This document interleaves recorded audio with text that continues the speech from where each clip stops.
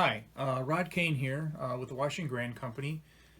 Here once again to talk to you about my favorite ancient medieval game, Triumph, and a gratuitous picture of the cover. Today we're going to talk about terrain. Terrain is very important in a lot of ancient medieval battles. Actually, it's important in almost any land battle. We talked a little bit in a previous video about our terrain cards. But today I want to talk about the terrain on the battlefield and how it affects different stands' movement, combat, and combat outcomes. The terrain cards and the terrain we're going to talk about today is really oriented around the walk up and play a game of Triumph. So a tournament setting or just a random battle with a friend where you each have an army and you go through the invasion maneuver roll and you set up the terrain.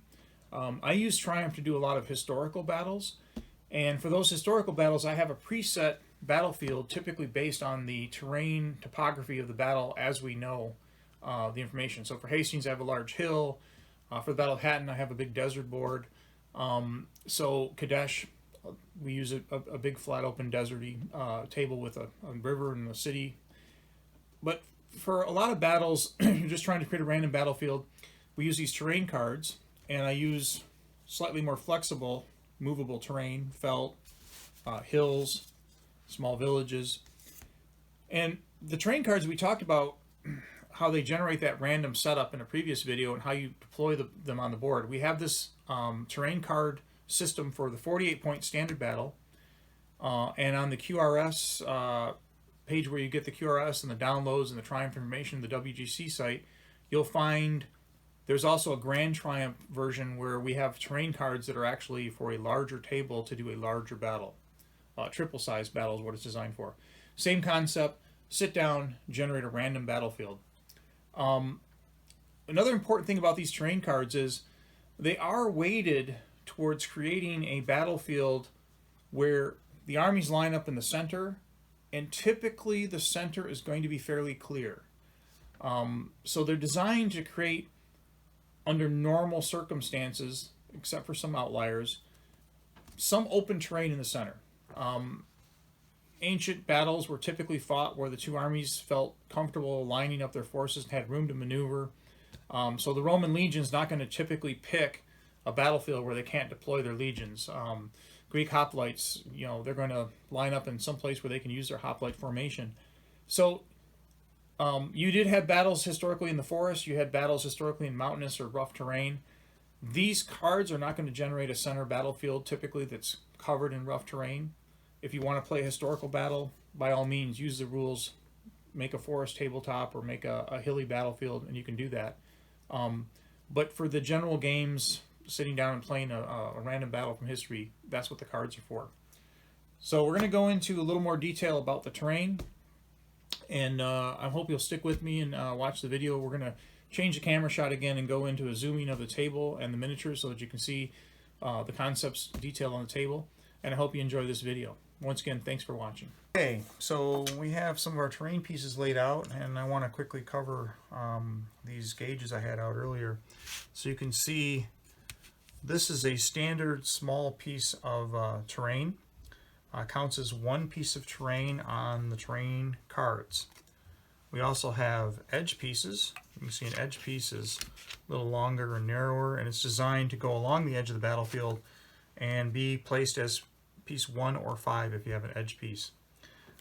We also have, you can have larger pieces. So for example, if I had a much larger piece, like this one won't fit in this square, so it counts as a large piece. So this piece would count as 2 pieces of terrain. We also have large edge pieces. So this large edge piece, which would go along the side of the table or board playing area, would be a double-sized piece. So those would count as 2 of the numbers on this terrain. And then there are also some minimum sizes. So for example, you can't make a piece much smaller than that and still be what we consider like a legitimate piece for a tournament type game or a random setup. So once again, stressing that this is for the random setup. This is in your rule book, the size guidelines, and then you can make some nice gauges if you like. They're kind of handy. So that's for the, we'll call it the blob or natural forms like hills, roughs. You can have woods. You can have a village. Hills come in two forms. Well, three forms actually. You can have a gentle hill. You can have a steep hill. You can even have a wooded hill. We also have linear terrain. On the battle card itself, you have the stream option.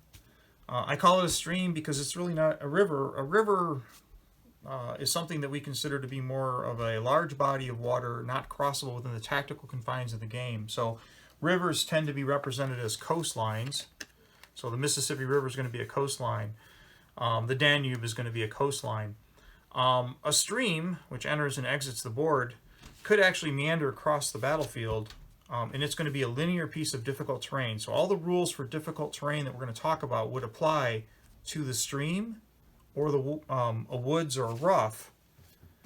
Streams don't block line of sight, obviously, but all the other rules that we're going to talk about in a minute will apply. This is just a linear piece of difficult terrain.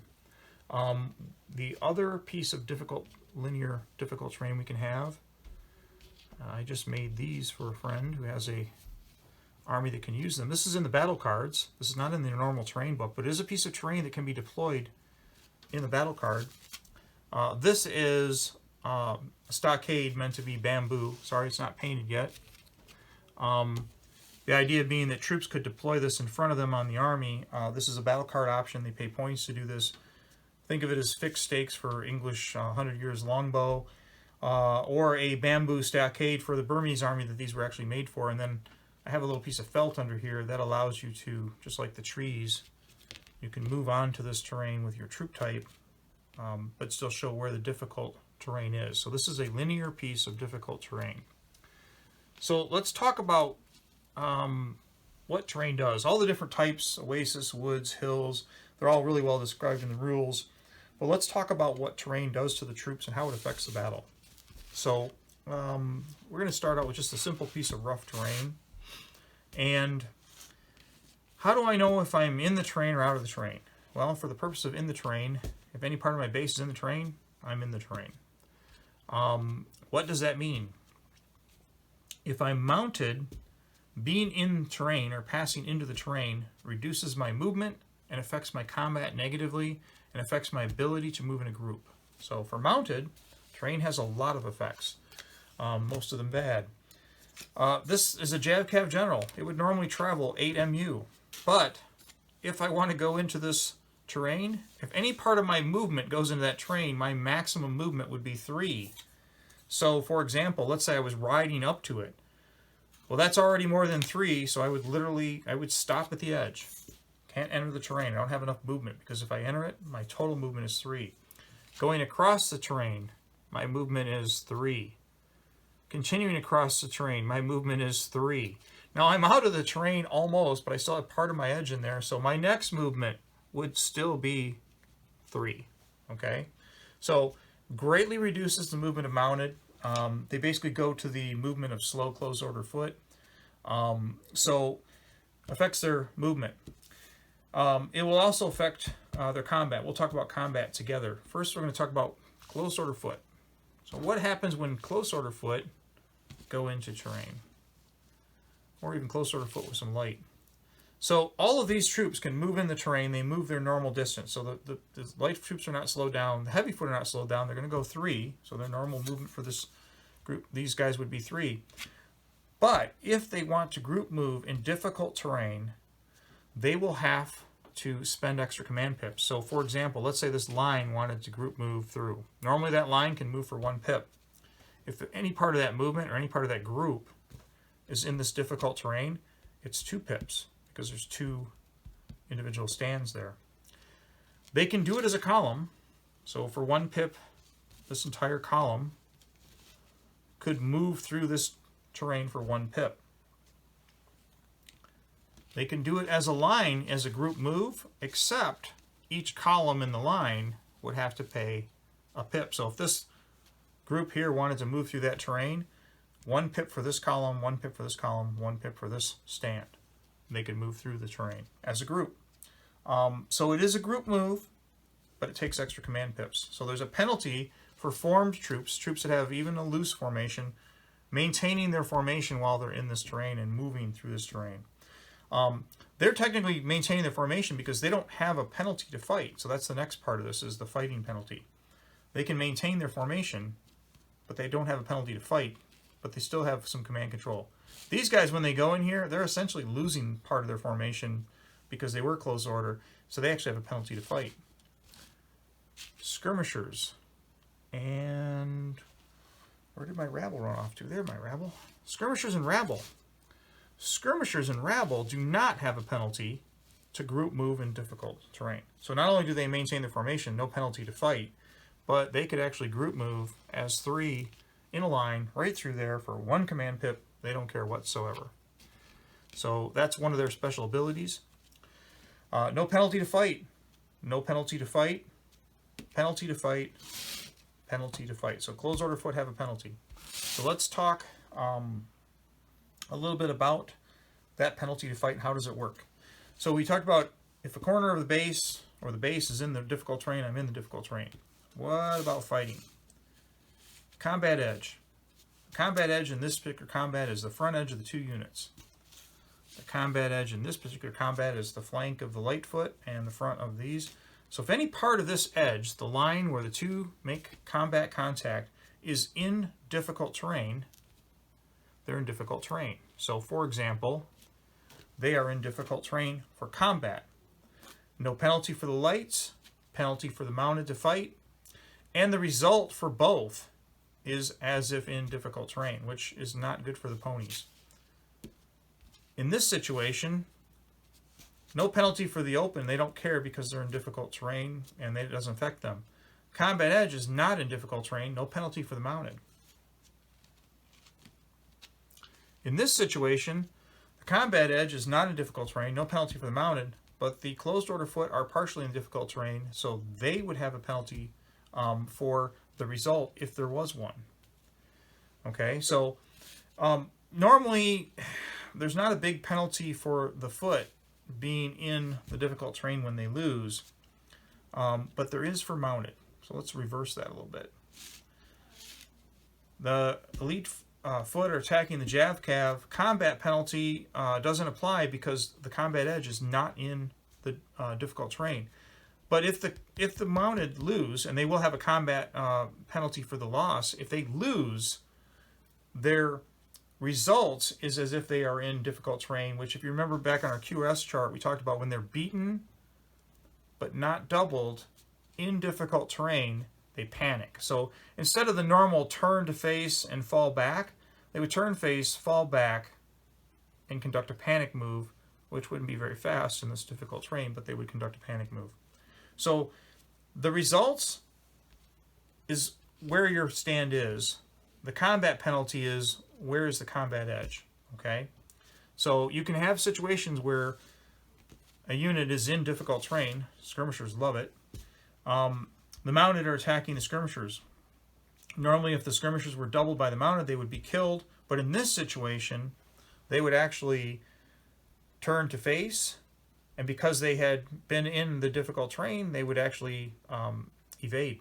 So they would actually just pull back and go into the difficult terrain, running away from the horse or the mounted. And by the way, because they doubled, they would charge into the difficult terrain. Not necessarily a good thing. Knights, cataphracts, defeated in difficult terrain, they're destroyed. So they don't like it at all. So that's difficult terrain. How you know if you're in it. How you know whether the combat's in it. We talked a little bit about uphill. Remember that if a unit is fighting another unit, if the combat edge for this unit is closer to the crest line of the hill than the other unit, this unit's uphill, gets a +1.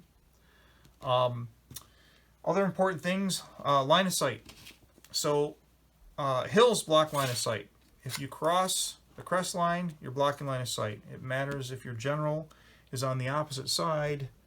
If the general is trying to command his heavy foot and he's more than 8 MU away on the other side of this hill, that's going to cost an extra command pip.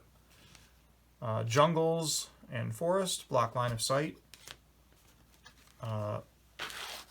Villages, small towns also block line of sight. So these things will block line of sight.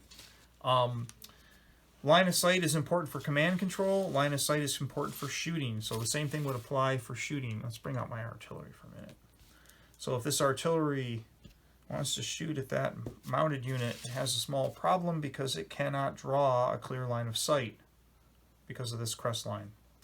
The crest line is over here, and now it has a half a base to a corner, and it actually is in range. It could shoot. Same thing for the woods. If somebody is in the woods, this heavy foot, for example, in the woods, the artillery can't shoot. It cannot see the heavy foot. Line of sight is blocked. Archers shooting out of the woods will have a similar issue. The archers have to have at least a half a base that they can draw a clear line of sight to their target from outside the woods. So they like to hide in the woods, but they need to have a clear line of sight to shoot out of the woods.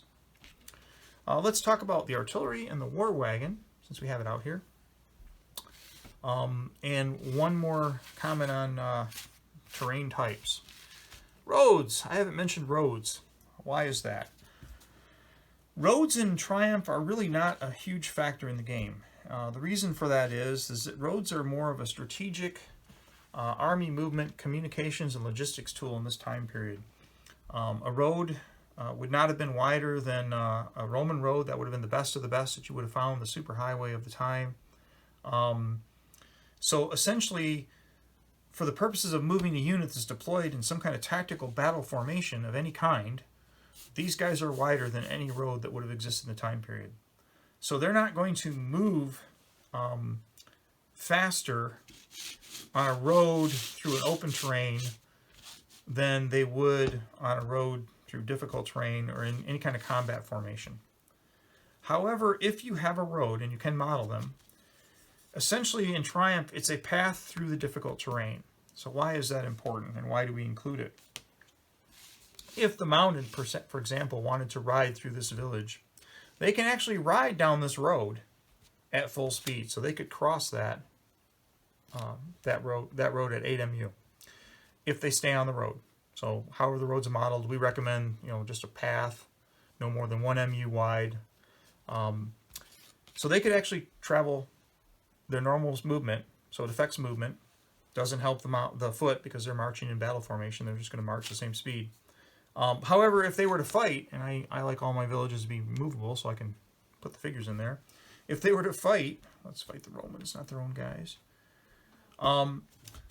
They're both in a village. They're both in difficult terrain. The results is going to be difficult terrain, even though they're both on the road. Okay? So even though they're on the road, this is still difficult terrain. The road just facilitates a straight line movement along the road. The other reason why a road is important: war wagons and artillery cannot go into difficult terrain. They can do a gentle hill. That's not difficult. But they can't do steep hill or any other form of difficult terrain. They can't cross streams. They can't without a fording or a place to cross. They need a road to cross a stream or a fording to cross a stream. But if they're on the road, they can also move through the village. They cannot see, so shooting is going to be a problem. So the war wagon would not be able to shoot because its line of sight is blocked outside of this.